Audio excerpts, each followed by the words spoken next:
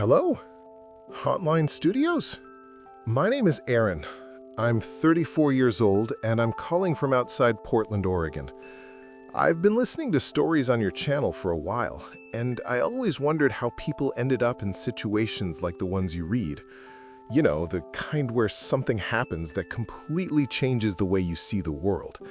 I used to think there was always a logical explanation for everything, but after what happened last fall, I'm not so sure anymore. This story starts about 6 months ago when my girlfriend and I moved into a small rental house just outside town. It was one of those quiet neighborhoods where every house looked almost identical. Small yards, old trees, and narrow streets where kids rode bikes during the day. The house itself was older. I think it was built sometime in the 1970s. Nothing about it seemed strange when we first moved in. It was small but comfortable. 2 bedrooms, 1 bathroom, a narrow hallway, and a small front porch that overlooked the street. The rent was surprisingly cheap for the area, but the landlord explained that the previous tenants had moved out suddenly. He didn't say why. At the time, I didn't think much about it. People move all the time. The first few weeks in the house were completely normal. We unpacked boxes, set up furniture, and slowly started settling into a routine. I work as a mechanic, so most days I left early in the morning and didn't get home until around 6 in the evening. My girlfriend worked nights at a hospital, so she usually left around 7. That meant most evenings I was alone in the house for a few hours. But the neighborhood felt safe, quiet, peaceful. Until the night someone knocked on the door. It happened about 3 weeks after we moved in. I remember the exact night because it was raining. Not just a light drizzle, but one of those steady Oregon rains where the whole world feels gray and quiet. My girlfriend had already left for work, and I was sitting on the couch watching TV. It was around 8:30 p.m. when I heard the knock. 3 slow knocks. Not loud, just enough to get my attention. At first, I assumed it was one of the neighbors, maybe someone asking if we had received a package by mistake or something like that. So I got up and walked to the front door. When I opened it, there was a kid standing on the porch. He looked about 7 or 8 years old. He was wearing a blue jacket that looked a little too big for him and dark jeans that were wet from the rain. His hair was messy and stuck to his forehead. But the thing I noticed immediately was how pale he looked. Not sick pale, just unusually pale. He was staring down at the porch floor when I opened the door. Then he looked up at me. His eyes looked tired, like he hadn't slept in a long time. For a second, neither of us said anything. Then he spoke. His voice was quiet. "Have you seen my mom?" The question caught me off guard. I looked down the street. It was empty.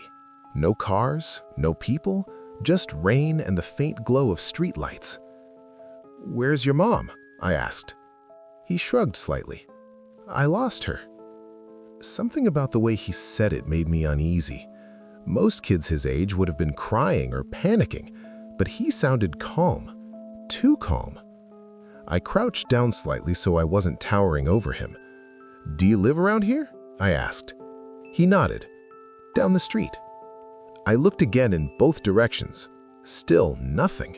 No adults looking for a kid, no houses with lights on nearby, just quiet. "You shouldn't be out here alone," I said. He didn't respond. He just stared at me. Then he asked the same question again. "Have you seen my mom?" This time his voice sounded different. Not louder, just colder. I started to feel uneasy. Something about the situation suddenly didn't make sense. If he lived here, why did the house look abandoned? And where were his parents? I turned my flashlight toward him, but the moment I did, the kid was gone. Completely gone. 1 second he was standing beside me, and the next, the sidewalk was empty. I spun around quickly. The street behind me was empty. The rain continued falling, but the kid had vanished. I searched the entire block for the next 10 minutes. I checked the yards, I walked up and down the street, but there was no sign of him. Eventually, I went back home, assuming he had run back to his house or that his parents had found him. But the whole situation stayed in the back of my mind. The next morning, I mentioned it to my neighbor while he was getting his mail. He listened quietly as I described the kid. Blue jacket, dark hair, about 7 years old. When I finished speaking, the neighbor's expression slowly changed. He looked uneasy. Then he asked me a question. Did he ask about his mom? My stomach tightened. Yeah, I said. How did you know? The neighbor looked toward the end of the street, toward the abandoned house. Then he said something that made my chest feel cold. That's the same thing he asked 20 years ago. I frowned. What do you mean? The neighbor hesitated. Then he said quietly, that kid died in that house. When we left off, my neighbor had just told me something that made my stomach drop. He said the same kid had been seen in the neighborhood 20 years ago, and that the kid had died in the house at the end of the street. At first, I thought he was joking, or maybe trying to scare the new guy who had just moved into the neighborhood. But the way he said it didn't feel like a joke. He was serious. I asked him what he meant. He hesitated for a moment, like he wasn't sure if he should say anything. Then he leaned a little closer and lowered his voice. Back in 2003, he said, a little boy lived in that house with his mom. He pointed toward the abandoned house at the end of the block. The dad had left years earlier, so it was just the two of them. I felt a strange tightness in my chest because everything he was saying lined up perfectly with the kid I had seen the night before. What happened to them? I asked. The neighbor sighed.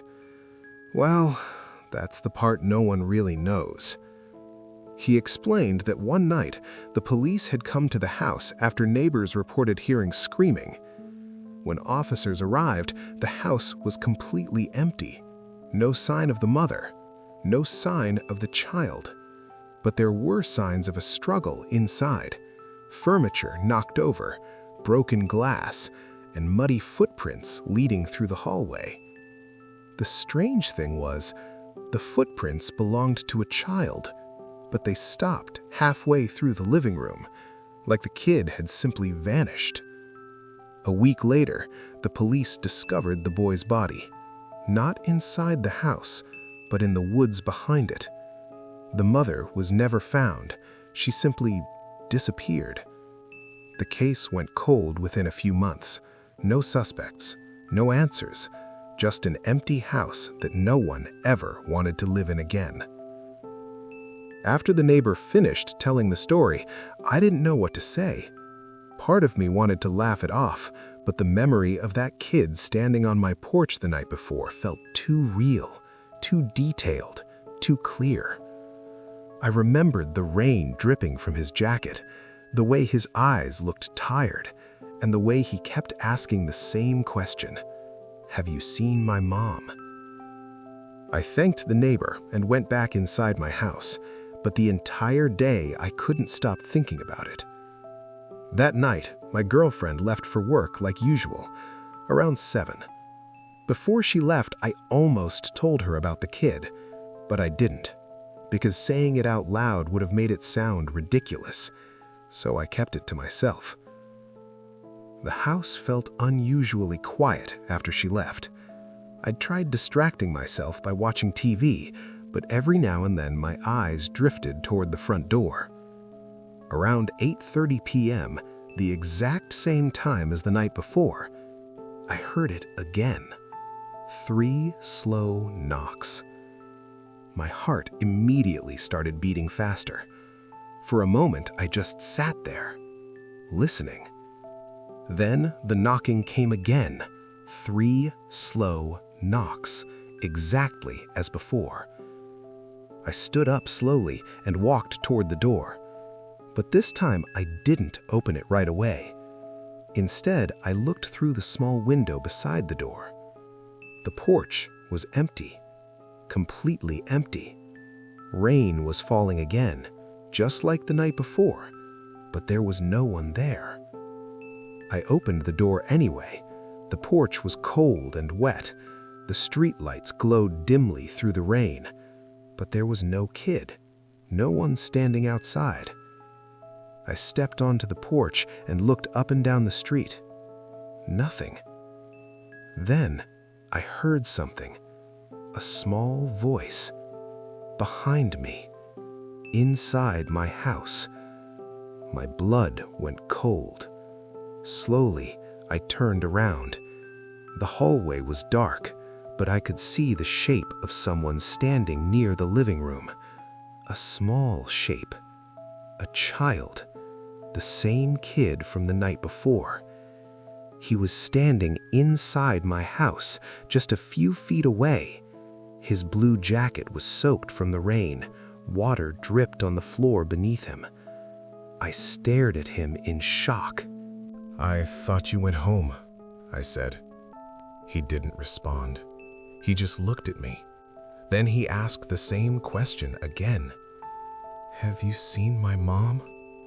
My mouth felt dry. "I told you last night," I said quietly. "No." He tilted his head slightly, like he was confused. Then he looked around the house, slowly, carefully, as if he was searching for something. "She was here," he said. My chest tightened. "What do you mean?" He didn't answer. He just walked slowly toward the hallway, toward the back of the house where the bedrooms were. "Hey," I said, "you shouldn't go back there." But he kept walking. I followed him down the hallway. He stopped in front of the second bedroom, the one my girlfriend and I used as a storage room. Then he pointed at the door. She was in there. A cold feeling spread through my stomach, because that room had been locked since we moved in. The landlord told us the door had a broken latch, so we had never bothered opening it. But when I looked at the door now, it was slightly open, just a crack. I slowly pushed the door open. The smell smelled old, like dust and damp wood. Moonlight came through the small window. The room was empty except for a few old boxes left by previous tenants. I turned back toward the kid, but the hallway was empty. He had vanished again. I searched the entire house, every room, every closet, but he was gone, just like the night before. The next morning, I decided to do something I probably shouldn't have. I went to the abandoned house at the end of the street. The yard looked worse in daylight. Overgrown grass, broken fence, windows covered in dirt. But the front door was slightly open. I stepped inside. The house smelled like mold and wet wood. Dust covered the floor. But what I saw next made my chest tighten. There were small footprints in the dust, child-sized footprints, leading down the hallway, toward the living room. But they stopped in the middle of the floor. Just like my neighbor had described, exactly the same, as if the child had simply vanished. That night, when I got home, the knocking started again. 3 slow knocks. I already knew who it was. I opened the door slowly. The kid was standing there, soaked from the rain. But this time, he wasn't alone. Standing behind him, in the darkness of the street, was a tall figure. A woman. Her face was completely black, and she looked me directly. Then she said something that still haunts me every night. "Now we just need a new house." The porch light flickered, and the next second, they were gone. Completely gone. The street was empty, but since that night, something strange keeps happening. Every time it rains, at exactly 8:30 p.m., 3 slow knocks echo through my house. And sometimes, just before the knocking stops, I hear a child's voice outside the door asking the same question. "Have you seen my mom?" And I'm starting to realize something that scares me more than anything. Because the longer I live here, the more it feels like that kid wasn't looking for his mother. He was looking for someone else, someone to take her place. If you love the slow burn of fear, the stories that creep under your skin, subscribe now. Don't fight the darkness. Let it follow you.